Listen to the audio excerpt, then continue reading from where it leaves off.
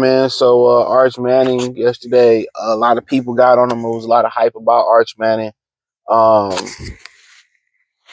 there was a lot of hype about Arch Manning and some of the things that he was going to be doing. Remember the recruiting money the recruiting money they put into him at Texas. You know, the yacht. I'm just like, damn, you got to put all this money into a guy who come from money. I don't understand that. So he's Cooper Manning's son. Now Cooper Manning was the most athletic Manning. He was a receiver. I think he ended up getting a career threatening injury. I think that's what happened with him. Then it was some rumors that he had lashed out and was like really, tripping. You know what I'm saying? And they kind of, they covered a lot of the Manning shit up, to be honest with you. There's a rumor that Peyton Manning, put his jingle bells on a girl's head at Tennessee, and they covered that shit up. But yeah, I mean, at the end of the day, nobody's perfect, and obviously they was able to circumvent the draft with Eli Manning and Deion Sanders. Was like, well, shit, I'm in that vein, right? Like, nah, but I mean, he went to they played Ohio State yesterday. I think Texas might have been number one team in the country. Preseason rankings is all, based on projections. I think in the first 4 games, 5, 6 games, right? I would say about when you get to conference play, about 3, 4, 5, 6 games. I think you got a better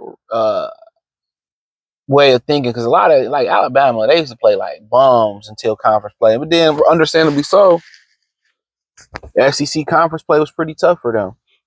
I mean, for everybody. But yeah, I mean, he had a tough day versus Ohio State yesterday. Um, people was bagging on him, and remember, they don't have a preseason. They didn't have a Montana State to kick off against, or they ain't gonna kick a Williams to Mary ass. They went right into Ohio State, so I don't think it's as deep as people think it is. In my humble opinion, I think a lot of people reading a lot to it. I think Ohio State, they quarterback who's a sophomore, he's going to get better during the season. Steve Sarkisian put all these weapons behind him. I know a lot of people, was happy to see Quinn Ewers leave, and now Arch Manning era, and it's going to take some time. Right now, week 1, with the 8 teams that get in college football, man, Texas will probably be straight. They're gonna come back versus some vagabonds and put hands, foot, toes, and elbows and shoulders on them, and that's gonna be what it's gonna be. But that one game, it ain't gonna define them.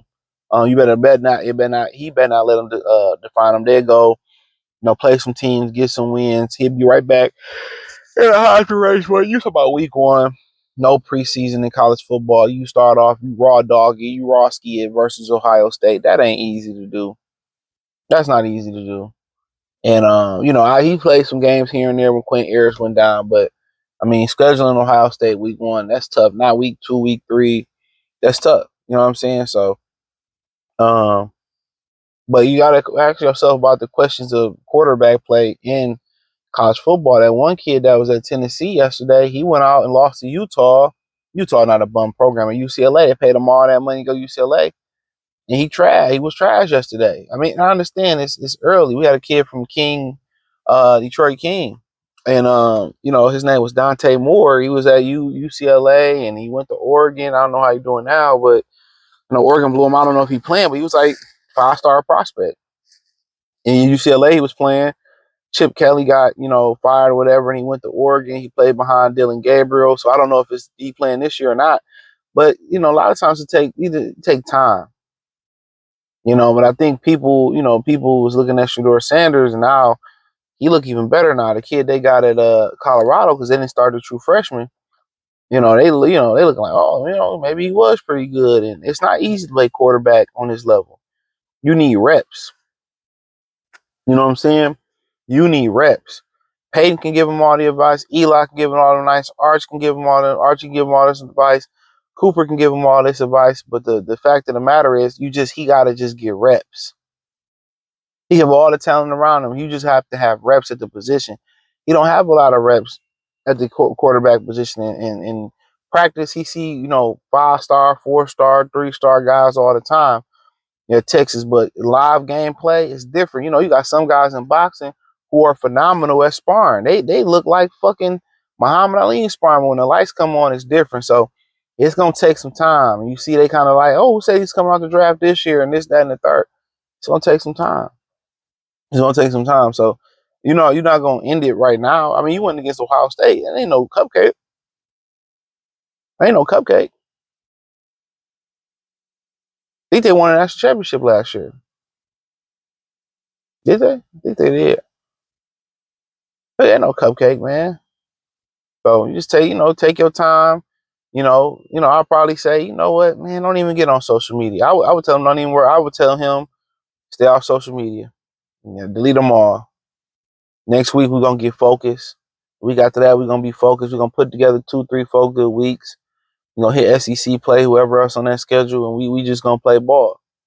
This ain't the end all be all. You know what I'm saying? We're gonna take it week by week, but yeah, I ain't writing them off yet. Hell no. Everybody not gonna step in and be a sensation. That's a fact. Everybody, a lot of these motherfuckers, red shirt, this, that, anybody gonna step in and be a sensation. I think it's out of the top 3 quarterbacks last year, Bryce Underwood from Michigan, only one that started. The kid from Ohio State, that went to Ohio State, he was number 2.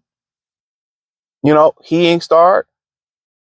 I think Julian Newman, I think he was like number 3 at Colorado. He ain't start.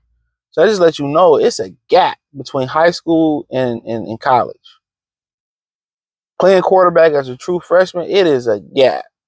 Or you playing quarterback with not that many reps on this level, live game reps, it's a gap. It's a gap.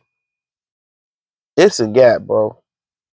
And then you think about you make the next jump to the NFL, and it's a gap. It's hard. The windows close fast. The speed from high school to college. I mean, you talking about the speed from elementary to middle school to high school to college is a big jump. And then that jump from college to the NFL, that's a huge jump in speed.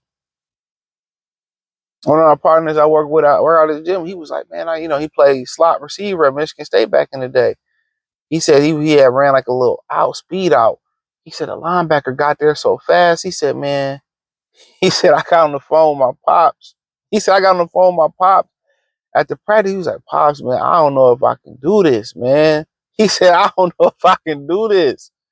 He was like, man, he said the linebacker was so fat out of corner, not safety.